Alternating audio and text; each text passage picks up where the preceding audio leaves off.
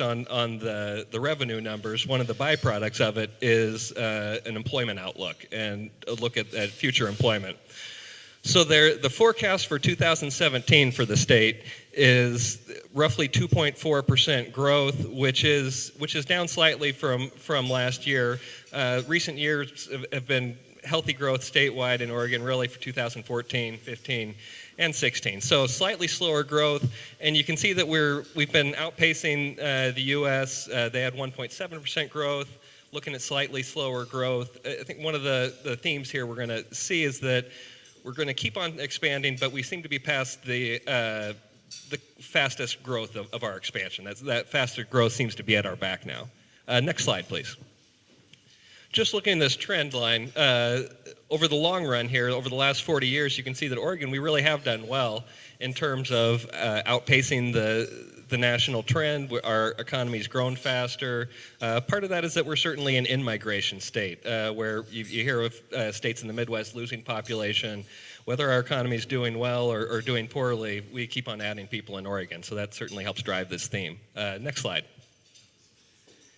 Just looking a little more specifically here at the last two expansions, you can see that one theme that we see in Oregon is that it's a little rougher road to get there, and that's just that our highs and lows are a little more extreme than what the U.S. trend is. One of the past state economists, Tom Potowski, was somewhat famous for saying this, that as the U.S. economy gets a cold, in Oregon we get pneumonia, and it's really true, and a lot of that just has to do with who we are as a state. People don't necessarily think of Oregon as a great manufacturing center, but we do manufacture more than the average state, and having that certainly adds to the business cycle being a little more dramatic.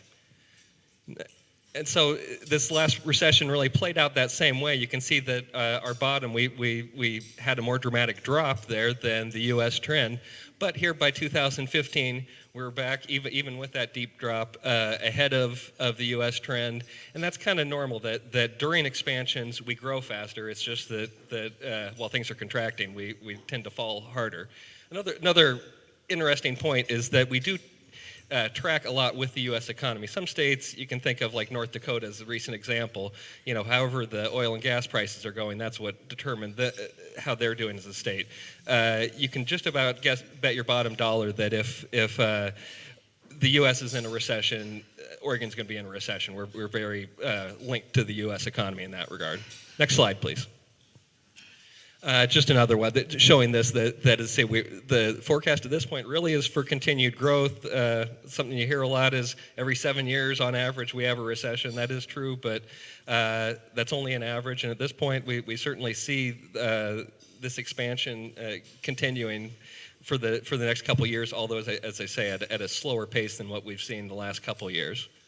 Next slide, please.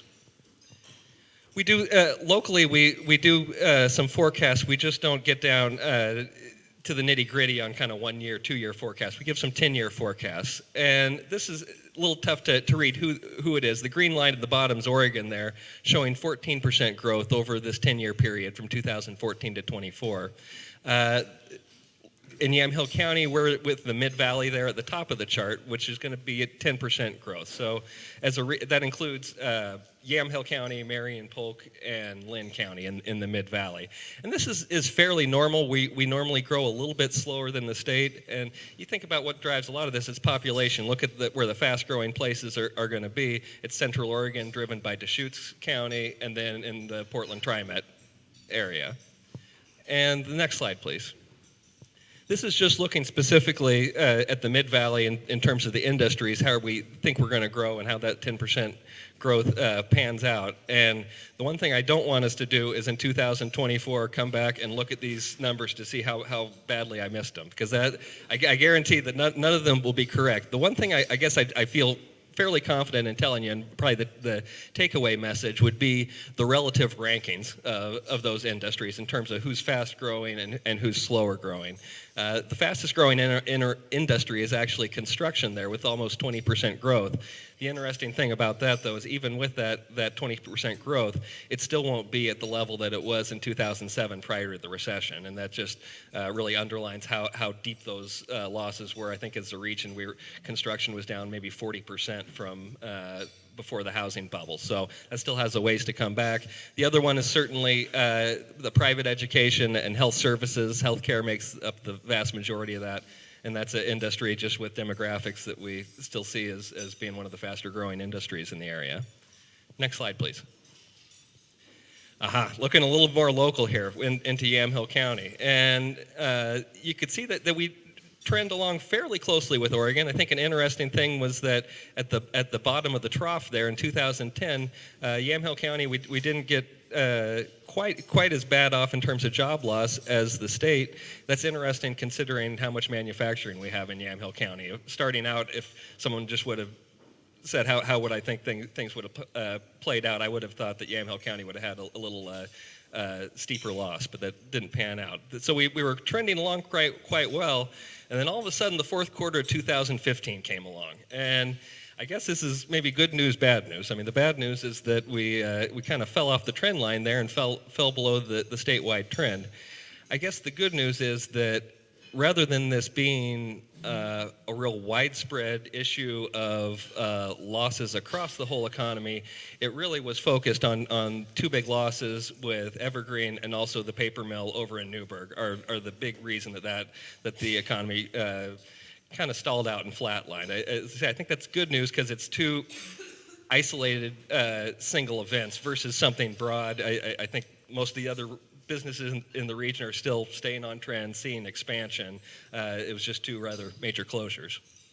Next slide, please.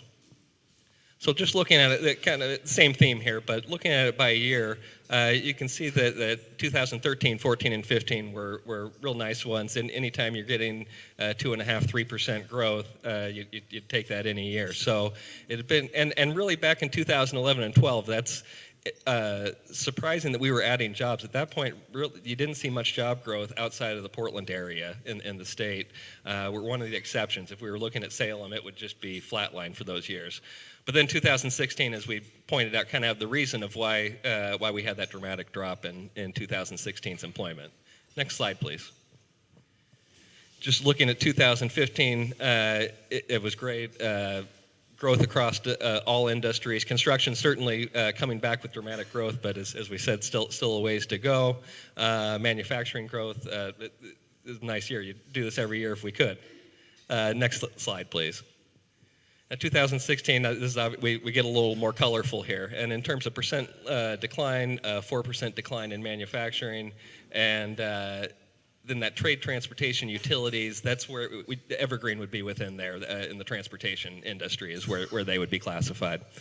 And then financial activities. This is a situation of Yamhill County kind of getting kicked when you're down here. It was already a tough year, and although financial activities was down a little bit, we had what's for lack of a better term, we call it a non-economic code change. And this comes down to our employment is really only as good as the employment we get from the numbers we get from employers. And what happened, we had a smaller company, a small fish that got eaten by a big fish, got purchased by a larger national company. And at that point, we get our numbers from employment records, and if a large organization says, well, we already had other operations in the state, we're just going to give you one statewide number, that's all we get. So in essence, we lost about 70 of those people in financial activities. I'm sure they're still in Yamhill County here working. They haven't disappeared. That's the good news. It just makes us kind of look bad for the numbers for this year. Next slide, please. So this is how it relates to numbers. As I say, a little more than 100 jobs lost in financial activities. That probably is more like 30 in reality. But manufacturing, there's the big loss with over 300 jobs for the year. And then the losses in trade, transportation, and utilities, the losses with Evergreen were deeper than that, but we did have some gains within retail and wholesale trade that helped offset those losses. Next slide, please. This interesting one here. Comparing Oregon is the pie chart on the right, and the pie chart on the left here with Yamhill County. This is looking at the major industries, and two things that jump out to me: the light green slides there showing manufacturing, almost 20%, 19% of Yamhill County's total employment is within manufacturing. That compares with 10% statewide. As I say, Oregon is a big manufacturing area. It really underlines how big manufacturing is in Yamhill County. The only county that has a larger share of total employment in manufacturing is Morrow County, which very small county. So it really underlines that fact. The other, I guess the only other industry that really jumps out there is that 10% of Yamhill County's employment is in natural and resource, what we call natural resource and mining. That's mainly agriculture. We don't have a whole lot of mining here. So it's agriculture and forestry that's in there. So 10% compared with 3% statewide, just kind of underlining how important that agricultural industry is to the county there. Next slide, please. So we mentioned manufacturing, how important and how much that really stands out as an industry. This is looking specifically at manufacturing for the state and for Yamhill County. And one thing that you see a lot of times when you get down to the county level, a county's going to not be very diverse in manufacturing. You think of Douglas County, down where Roseburg is. It's lumber and wood products. I live in Albany. There, it's the metals industry. You don't see that diversity. It's one of the interesting things about Yamhill County, with 20% of the employment in there, that it's still such a diverse industry mix there that we see. Somewhat similar to the state. I think if there was going to be a few things that jumped out of it that were different, tough to see the label there, but computer and electronic manufacturing makes up 20% of Oregon's economy, or manufacturing, and that's Intel. That's the high-tech world up in the Portland area, and that's something that we don't have a big piece of. It barely shows up, the little sliver. It's less than 1% of our manufacturing in Yamhill County. So also explains one difference why if one was to say what's the average wage in manufacturing, we're certainly lower than the statewide average. It has to do with who we are. I mean, the wages are just very high in that computer electronic manufacturing, but it's also some different workers that are in there. Obviously, that's people with advanced degrees in computer and electronic engineering. So a little different composition. Another place Yamhill County would stand out is in that miscellaneous manufacturing. That's kind of a catch-all one that normally isn't very big, but one of the industries within that catch-all is medical and dental equipment manufacturing. So that would be the ADEC story of why that's such a big component in Yamhill County. The other one that jumps out is, of course, beverage and tobacco manufacturing. Not a whole lot of tobacco manufacturing, but beverage manufacturing. We jump out. We're at 3% for the state. We're ahead of the national trend, and with 16%, you can imagine Yamhill County is way. I think the concentration has like 20 times the concentration of bottling manufacturing in Yamhill County with the wine industry. So that's another one that really jumps out. Next slide, please. Finally, we look at McMinnville in here, which is the blue line right in the middle here. So interestingly, McMinnville, compared to Yamhill County as a whole, has been a little bit below the county trend line, but I put in our neighbors there in the Salem metro area, Marion and Polk County. They're up above their pre-recession level, which is great news, and just a little slower than McMinnville in terms of the trend line. Next slide, please. A little different group here. We still have McMinnville in here, and you can see that we're just ahead of basically on that statewide trend, just slightly ahead of it. But the Portland area has shown the fastest expansion, certainly, since we've been growing. How that compares to, so that's the only main takeaway from that slide. Next slide, please.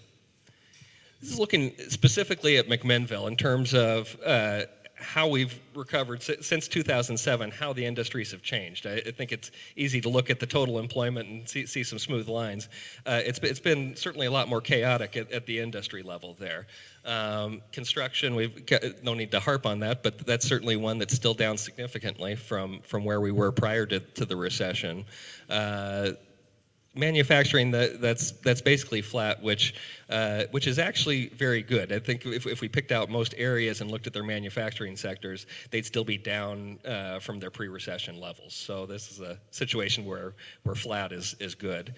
Looking where the growth has been, certainly educational and health services, and that's partially the healthcare and partially certainly Linfield expanding there, getting higher student numbers. And the other one at the top is back to natural resources and mining. I think this is another way of how our employment numbers work. I don't think we have a whole lot of people that are farming in town, but if your paycheck originates from the address, that's where we physically have you located. So within the town, we've had logging operations as well as a lot of contract labor companies that have grown within McMinnville, and that's obviously supporting the wine business. That's I think a lot of grape growers use contract labor to come in for pruning, harvesting, et cetera. So that's where a lot of growth has been. And I'd say logging's in there as well. Obviously, that wasn't in a good spot in 2007, so easy to see where that's grown since then. Next slide, please. In terms of looking at the labor force, our unemployment rate is really at just about an all-time low. Probably had some times in the 90s it was a little bit lower, but certainly as low as it's been in a number of years. And you can see that in terms of the trend, we don't get too far off from the state. Interestingly enough, most times the state and us, for that matter, are above the U.S. trend. Right now, we're actually below it. That's fairly rare that our unemployment rate's lower than the national level. Next slide, please. Just how we compare, Yamhill County is actually one of the lower unemployment rates. Now, if we looked in there, some of the other neighboring counties there that are part of the Portland metro area, Washington, Multnomah, Clackamas, are in that same boat. So at the other end of the scale there, we see the states or the counties rather, with the highest unemployment rates. A number of those counties are still not back to their pre-recession level. That's something I didn't spend a whole lot of time talking about, but certainly a tale of two economies. Rural Oregon, as you get into some of the central, Klamath Falls area and Eastern Oregon, certainly some economies that haven't seen the employment come back, like certainly like Portland area, but then the Mid-Valley as well. Next slide, please. So our labor force is growing again, which normally I would say, gosh, that's nothing to be that excited about, Pat. But that dip that we saw in 2010, 11, 12 there was really unprecedented. I only have this slide going back to 2000, but if we took it back to 1980 or 1970 or any time period, you'd see very steady growth over that period, and almost never do you see any significant decline in your labor force. I think one of the things to remember back then, in 2011, we started seeing unemployment rates going down, and that's when the narrative very much was, well, the reason that the unemployment rate's going down is because people aren't looking for jobs anymore and dropping out of the labor force. And that there certainly was an aspect to that, whether they were enrolling in college, going to school, don't necessarily know all the reasons of what they were doing, but that was fairly unprecedented to see that decline. The good news is that over the past 4 years, we've had the labor force once again on the right track growing, yet we've continued to see the unemployment rate decline, which is really what you hope to see going on. Next slide, please. This is another way of looking at this labor force participation rate, which is if we added everyone age 16 and above, took all the employed and unemployed people and divided it by the total adult population. That's how you get labor force participation. This economists, we always like to be a little contrary, and this would be one slide. I think with the low unemployment, there's a lot of discussion that our economy is near or at full employment. It's kind of an academic thing that economists look at. There's not a great firm definition of what full employment is, but it's certainly something that's been in the discussion that we're getting close to there. This would be a slide that would maybe counter that point, that although our unemployment rate's low, the labor force participation, we're still not back where we were pre-recession level, but fortunately we're trending in the right direction. So that's a good sign, even if it provides a little healthy debate about whether we're at full employment or not. Next slide, please. This would be another slide, I guess, that would really back that we're starting to if we're not at full employment, we're getting there. As we saw unemployment rates decline back in 2010, 2011, 2012, we still didn't really see any wage growth. And although I know for employers it got more challenging to find workers, the economists really always like to see see the money come out. When the checks start getting bigger, when employers really have to start competing for labor and start paying more, that's really the sign that economists look for of a tightening labor market, of a competitive labor market. So it's been about 2 years now that Oregon's really been seeing significant real wages increasing. Nationally, it's really only been maybe the last 9 to 12 months. So at Oregon, we appear to be a little ahead of the curve on that in terms of labor demand and seeing wages going up. So good news for workers there. Tough if you're in the HR and hiring department, though, to find good workers and pay them. Next slide, please. This is one of the last ones that I threw in here, and it just interests me. I think, I don't know how much time anyone spends about thinking about who the unemployed are, but this is just shows the reasons that people are unemployed. And I think one of the interesting things when going from the recession, when obviously the vast majority of unemployed people had lost their job, we're now at a point where most of the people that are unemployed are actually new people, new to the system, looking for a job, whether they've taken a break from being in the workforce, whether they're students entering into the workforce for the first time. So that's, I guess that's a promising thing, and actually sometimes now we've seen the number of unemployed bump up. I kind of feel like if it's people engaging in the workforce and being unemployed for that reason, finding employment again, that's maybe a good reason for unemployment and the number of unemployed to be up. Next slide. So that was just, I guess, a quick conclusion here of some takeaway points. As I say, Oregon, we grow faster than the nation in recent years. We look for that to continue as we keep on expanding for the next several years. Locally and in Oregon and arguably nationally, we're seeing an economy that's certainly at or near this full employment level, low unemployment in Yamhill County, average wages going up, a lot of signs in that direction. Yamhill County, we're up 1,200 jobs, or 3.7%, from our pre-recession peak in 2007. Not quite where the state is at 5%. I'll say if we had the jobs still from the paper mill and Evergreen, we'd probably be a lot closer. But woulda, shoulda, coulda.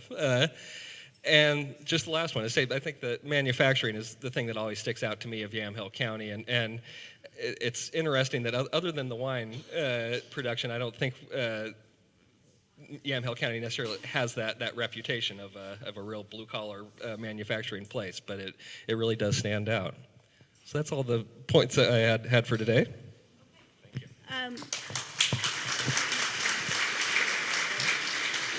So I'm just going to make sure this works. It does, and I'm checking the time, and I have 12:35.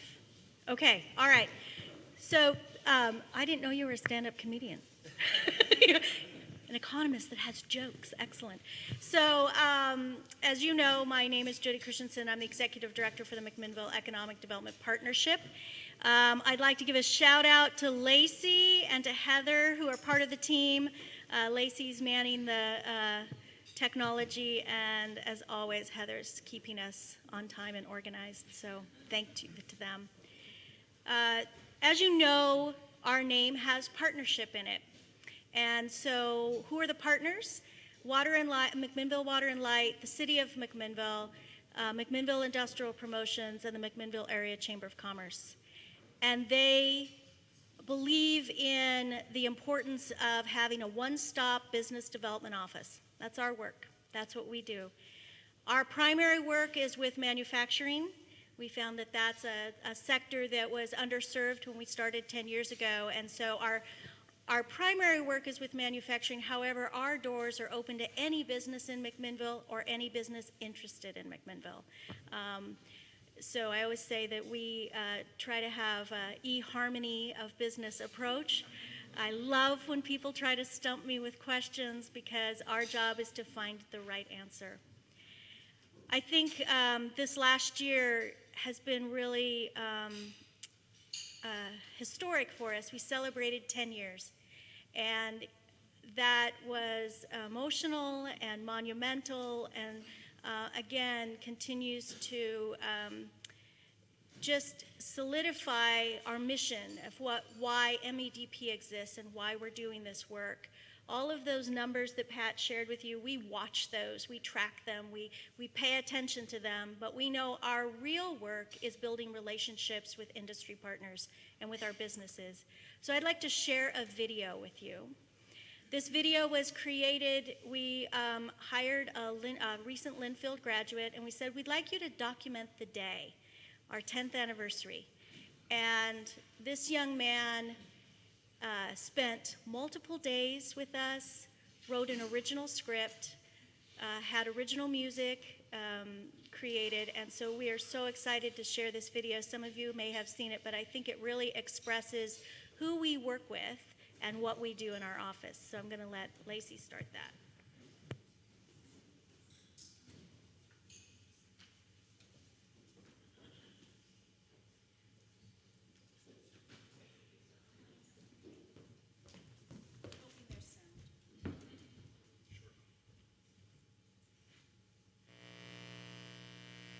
The room quickly become a prominent cultural hub for the Pacific Northwest. Located between two of Oregon's largest cities, Portland and Salem, McMinnville is a small town with a lot of character. Its prime location in the center of Oregon's wine country and its historic downtown give it an artisanal flair, yet it's the perfect escape from the congestion of a large city. Since its founding in 1858 by William Newby, McMinnville has undergone significant change.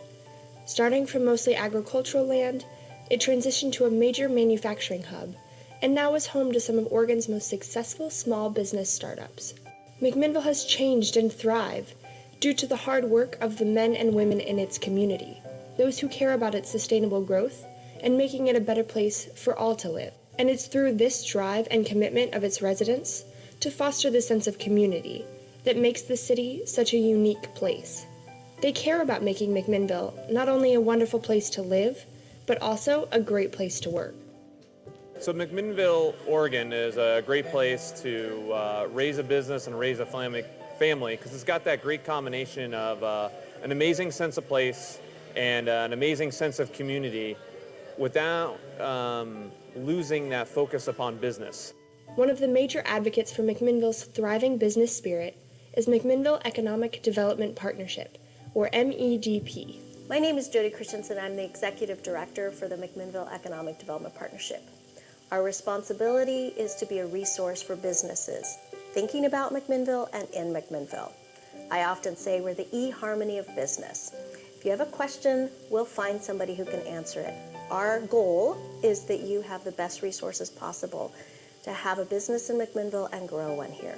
MEDP is one of the strongest resources for local businesses or businesses looking to expand or relocate to the McMinnville area.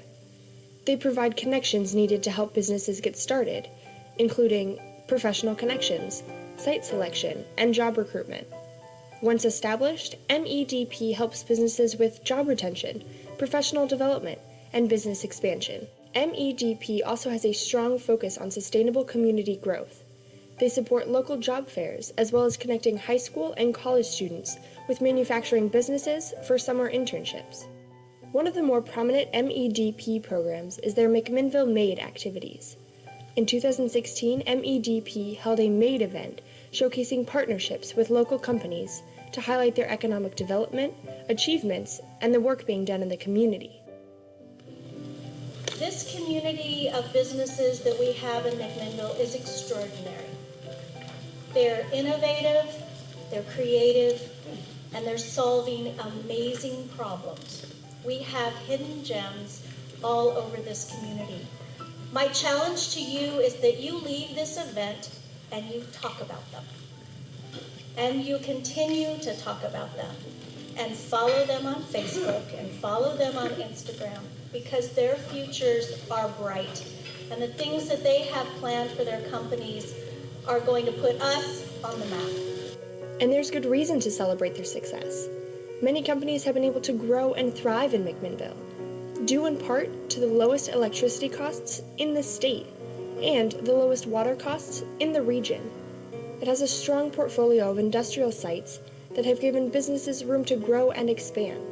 Not to mention McMinnville's prime location, which provides easy transportation to and from Oregon's metropolitan areas, as well as a local airport, which is the third busiest regional airport in the state, catering to corporate and visitor travel. If I were looking to locate my headquarters anywhere in the United States, I would look at McMinnville. It's a great place to raise families. It's a great place to attract people and professionals. Amazing wine, amazing food, better wine and food that you're going to get in most places anywhere in the United States. It's tough to believe that until you've tried it, but take it from somebody who's traveled a fair amount. The food here is better. The wine is amazing. I love McMinnville. I love living here. I love working here. I love raising my children here. It's a great sense of community. We all pull together to make things happen together, and it's just a beautiful place to be. I can't imagine another place in America, because I've worked in all but 3 states.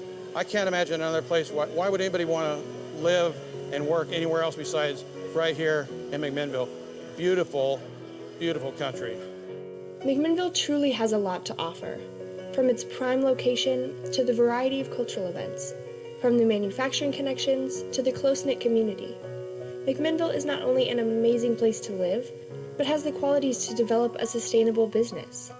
MEDP helps to bring in new businesses and support those already established. But at the end of the day, McMinnville is a place we can all call home.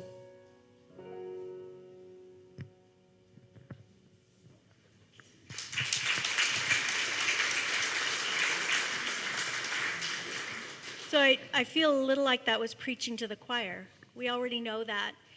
That video is what and how we talk about our community when we talk about businesses that are interested in coming here. But that's nothing new for the city of McMinnville. I was recently given this blanket, and I'm going to tell you the story behind it.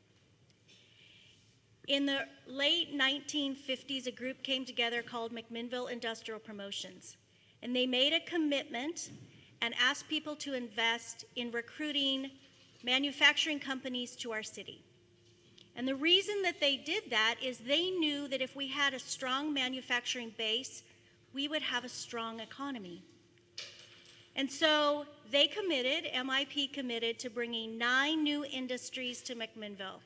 And they succeeded in 1969. They were recognized by the governor as a successful organization in attracting new businesses, and Norwest Woolen Mills was one of those businesses. And this blanket is called the McMinnville Plaid. They're highly prized, and you can't have it. It's ours.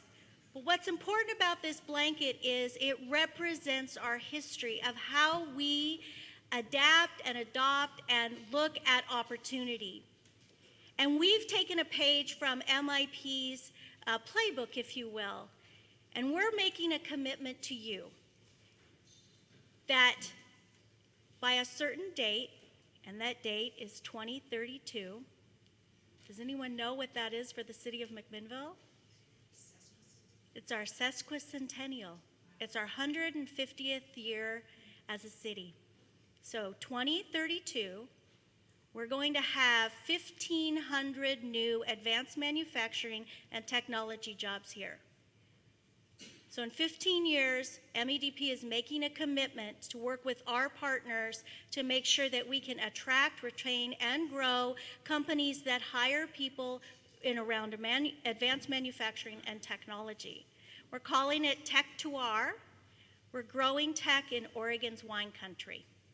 We announced it last week, and over the next few months, you're going to see different aspects of the campaign. And it's truly a campaign to tell our stories to companies about what they can have and the life that they can have and the business that they can grow in a community like ours. So we're excited to be able to take this to the next step and really shout it from the rooftops. This is a great place to have companies that are involved in advanced manufacturing and technology. We have a great start. We have companies like Predicta and TTR and Solid Form Fabrication and Megget Polymers and Composites. These companies are using new technology, they're breaking new ground, they're opening new markets, and those are the kinds of companies, all with all the rest of the companies we have in our community, that will make us thrive and be successful. So we're hoping that you'll, when we call on you to help us carry the story forward, that you'll be a part of that. So I'd like to hand it over to James and let him take us home.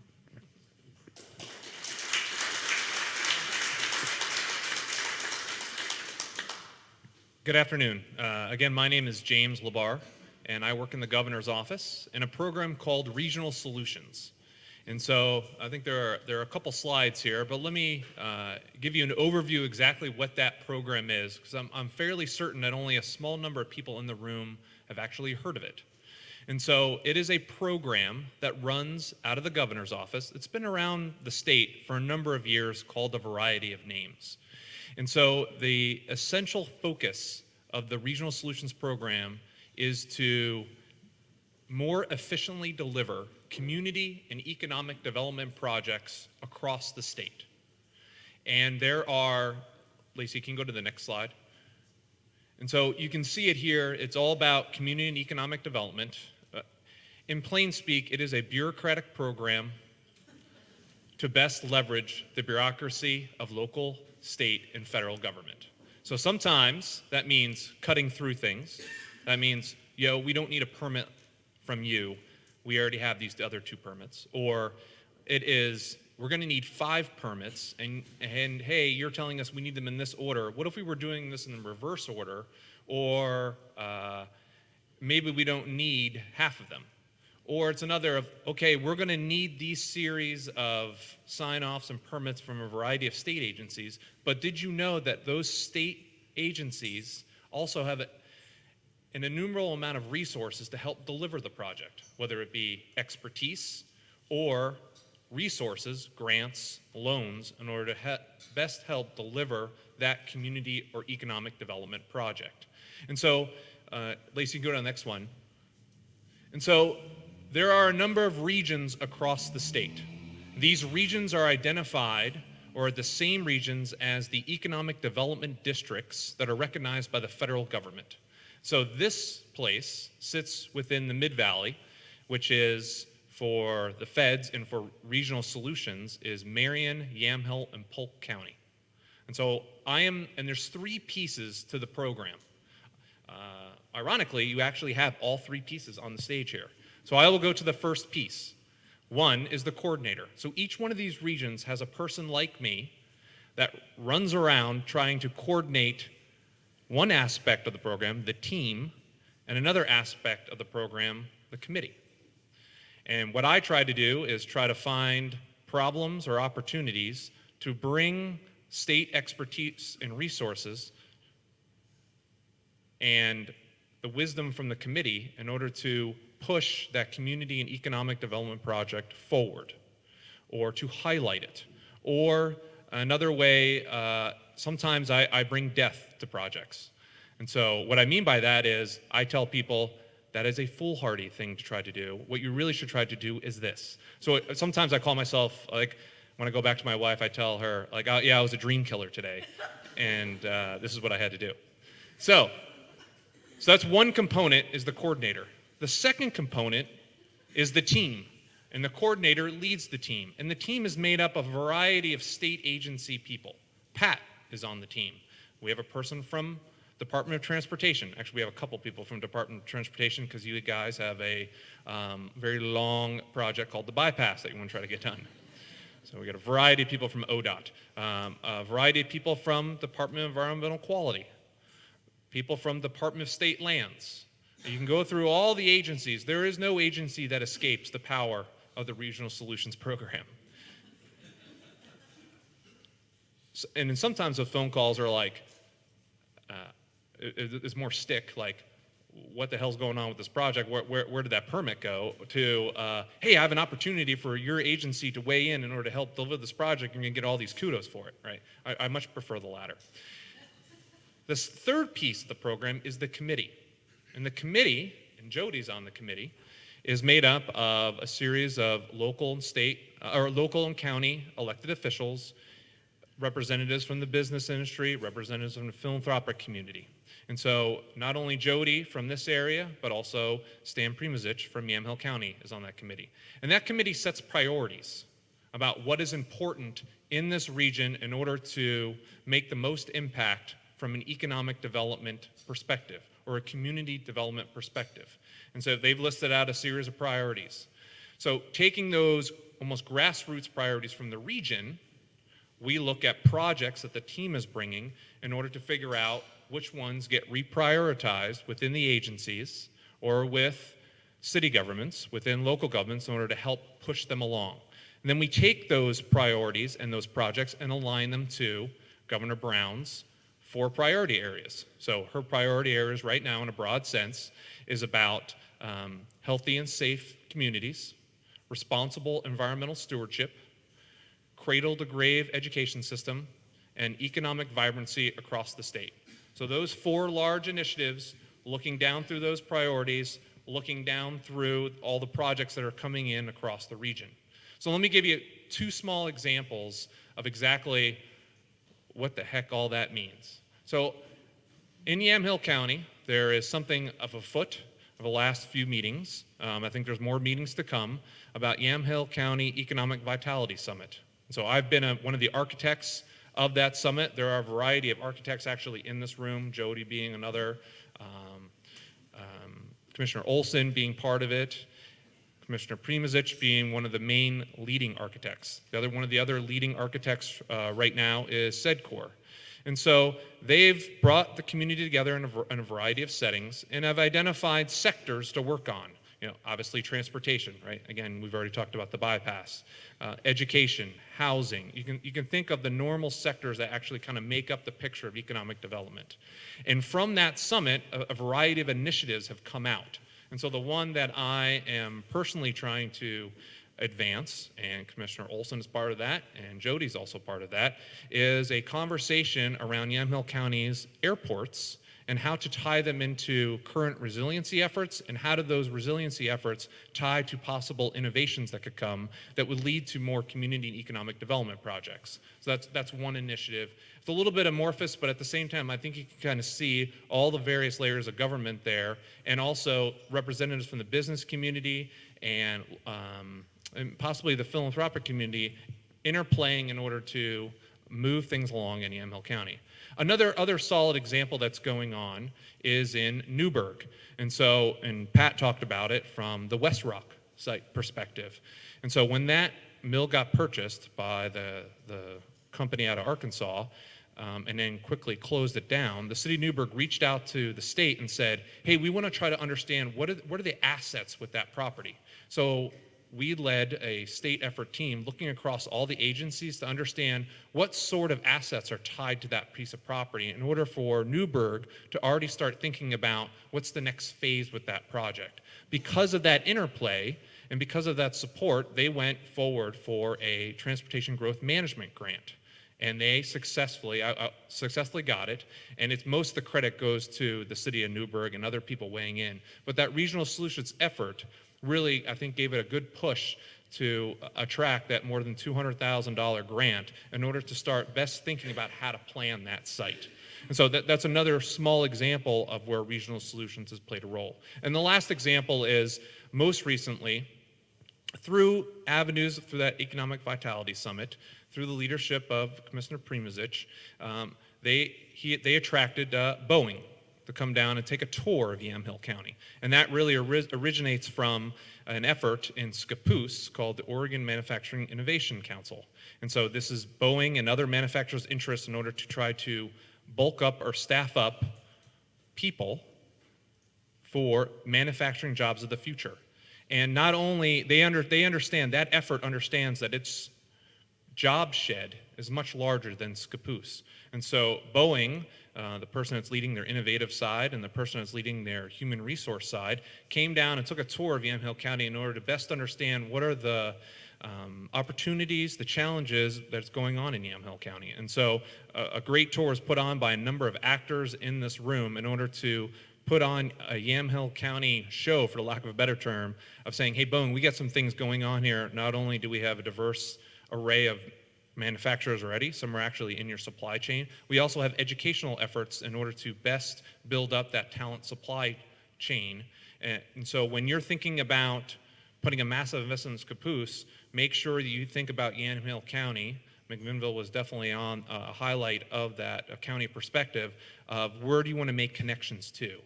And so those are three very tangible ways that Regional Solutions is playing a role within Yamhill County and especially in McMinnville. So with that, I think we have plenty of time here, about 10 minutes, 15 minutes for questions. So I'm going to give it back to someone across on the other side there in order to help figure out what questions goes to who and what sort of answers we can talk about.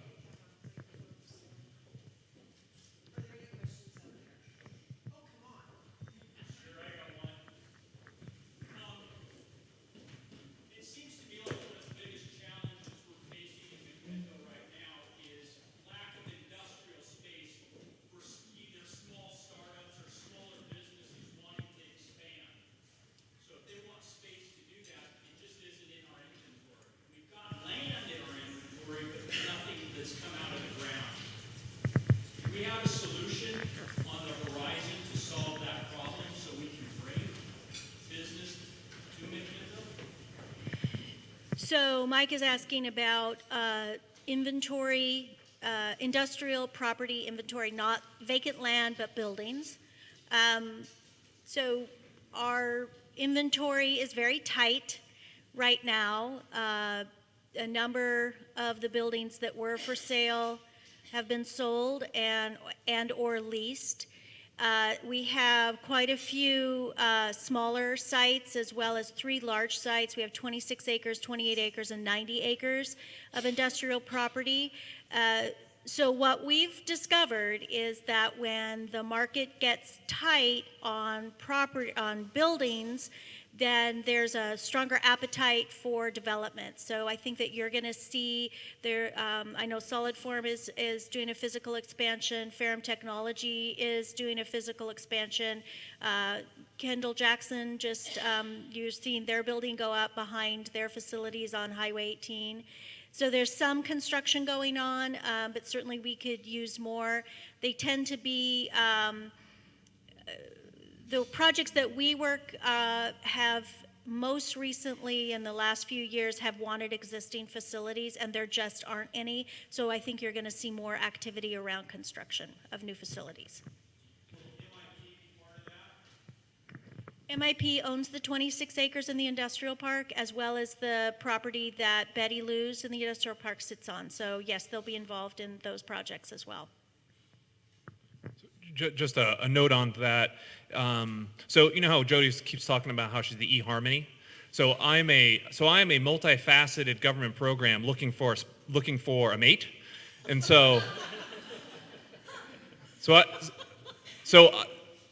a cadre of programs, agencies, and people looking to solve those types of problems. So I'll give you one small example of that. So there is a grant process that comes out of the combination of Business Oregon and Department of Transportation. It's called the Immediate Opportunity Fund. So if there is an immediate opportunity about to happen and it has some transportation constraints, then Jody calls me up, like she finds me in her our eHarmony website, and we talk about, hey, would this project be suitable for the IOF grant? And then we help her and help that project apply for that grant and, again, remove as much bureaucracy as possible in order to get it expedited based upon how that priority sits within the region, but then also statewide.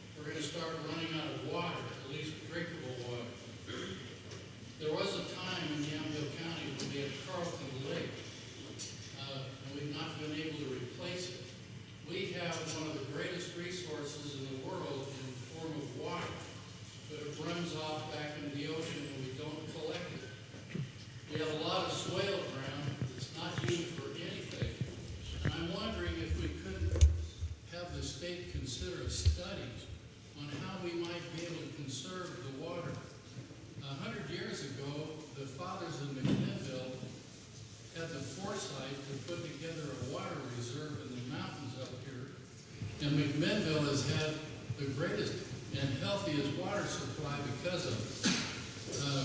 We all know that without working together, we can't have the vision to see where we're going. So water is a big deal. The second thing is 94% of the business in Oregon are small business owners. I would imagine that means an average of 6 to 9 employees, maybe a third of them part-time. We need to be able to understand the problems of these small business owners and how entrepreneurs and free enterprise can get started in our state. And I think that's another area where you've helped us and we continue to need help. And lastly, I wonder what's going to happen to the drone business. If we could buy a drone that would move along the highway like a car, exactly like a car, so that we didn't have to buy tires, it didn't tear up the roadway and create holes in the road, wouldn't that be a move forward?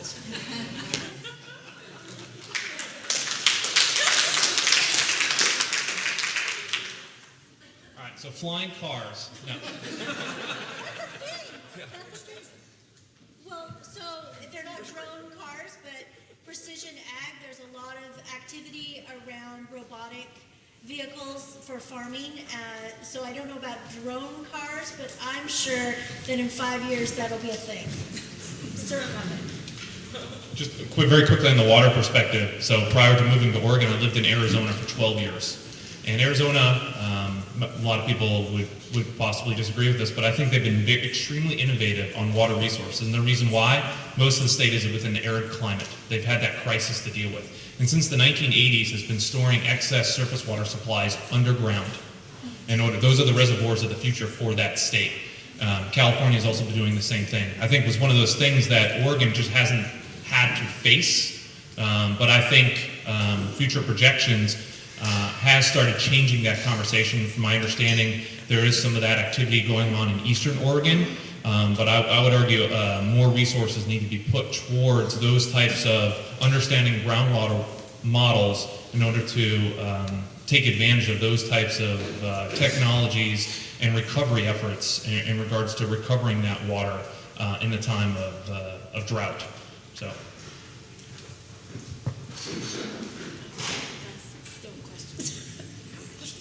That's it.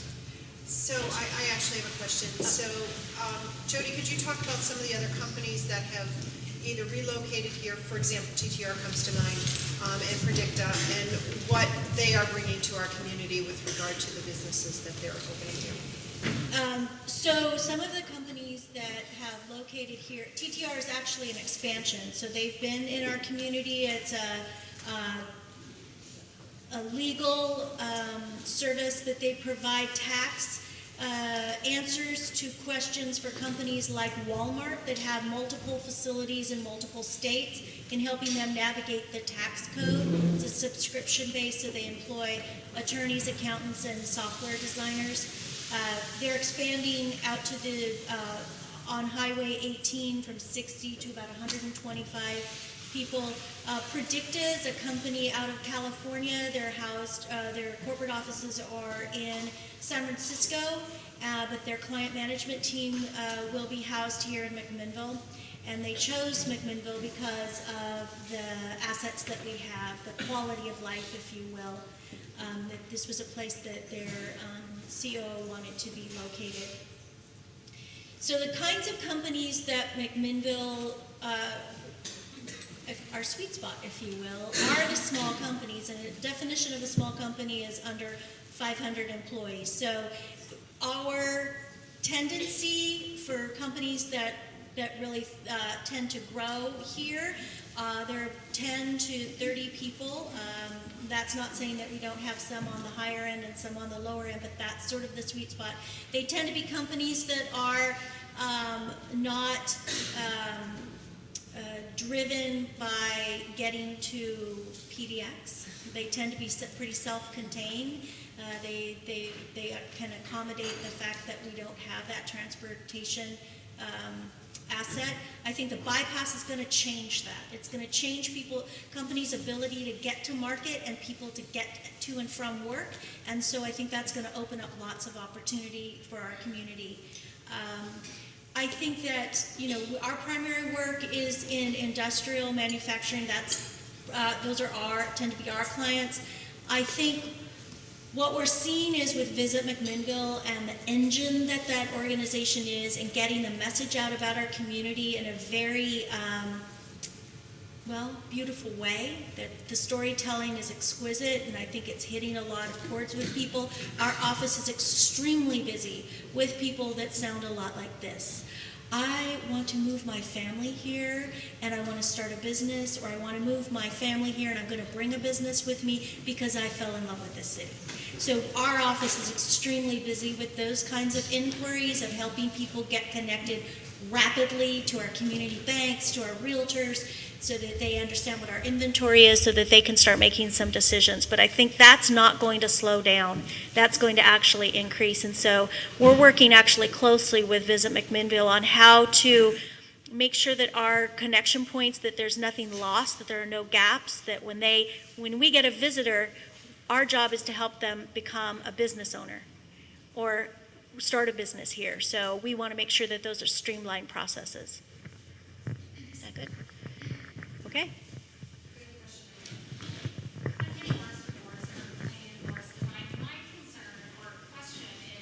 In regards to small businesses that are a lot smaller than 500. Yeah.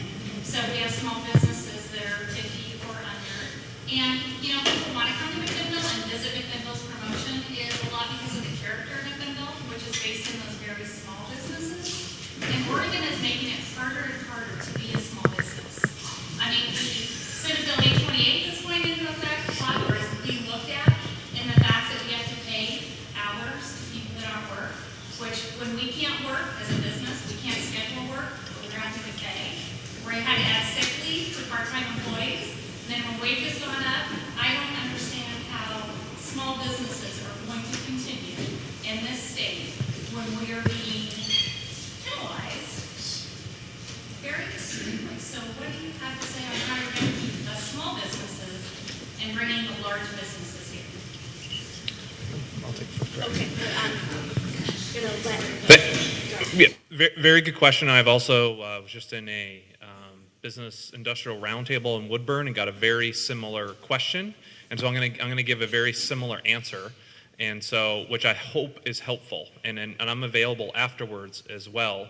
And so one of the things I can assure you from a governor's office representative is that I can assure you that your concern will get highlighted, streamlined right to her and my colleagues that work on those particular issues. In regards to a current piece of legislation that is being considered by the legislature and then eventually be considered possibly by the governor if it passes both houses, is a little bit out of the realm of how Regional Solutions works. We work in the existing construct, but at the same time, I'm very much willing to be that conduit of, hey, I've heard these concerns in the region, specifically Yamhill County, McMinnville, and we need to somehow make sure that constituent's interest is addressed. So, at the very least, that's the assurance I'd like to give you today.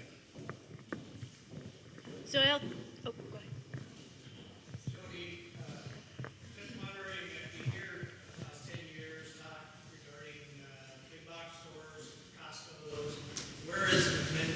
What's the attitude about those at this point when we hear closing down? Are we working at bringing in Costco? If it were only that easy. So I get this question quite a bit, and Costco's the one that decides if they want to be here. The city doesn't go to Costco and say, so we want you in our community. They're going to decide. It's a business decision. It's about looking at the region. When this county hit 100,000 a couple years ago, that put us in a different category. But the economy they need to have some assurance that the economy is going to stabilize, and I think that you're going to see in the next few, year or so, that there's going to be a stabilization and a confidence.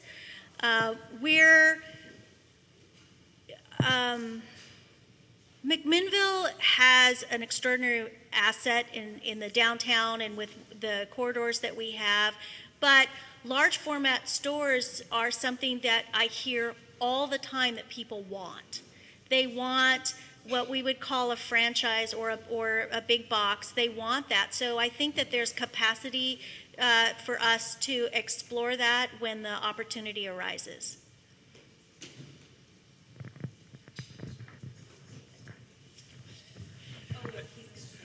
Just from the peanut gallery here, I do love Costco as much as anyone.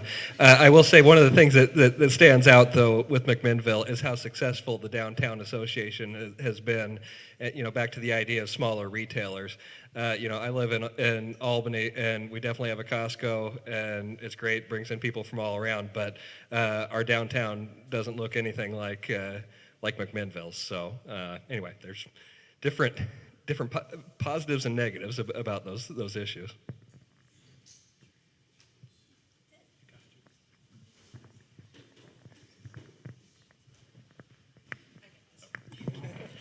Well, I just want to say thank you. That was fantastic information today from all of you. I appreciate you coming. I know everyone probably walked away. Are you feeling my head swimming from all the information? Go home and digest it. And thank you for coming. I want to mention two things to you. First of all, the yellow flyers on your table are a fundraiser. We're trying to raise money for Lemonade Day. We're hoping 200 kids come and do lemonade stands around town. If you are inclined to help us with this project, we'd love to have you join us.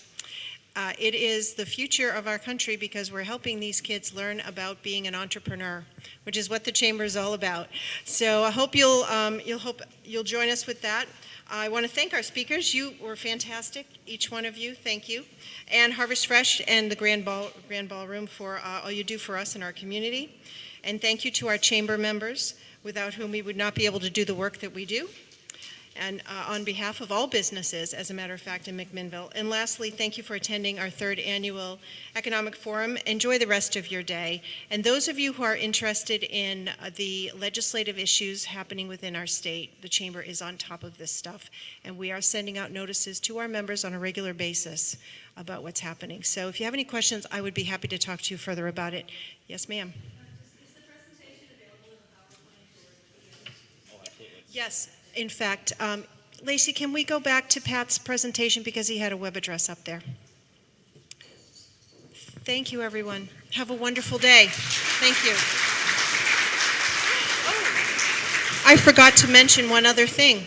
You all have one of these at your desk. Those of you that have a black dot on it, you won the plant. Happy spring.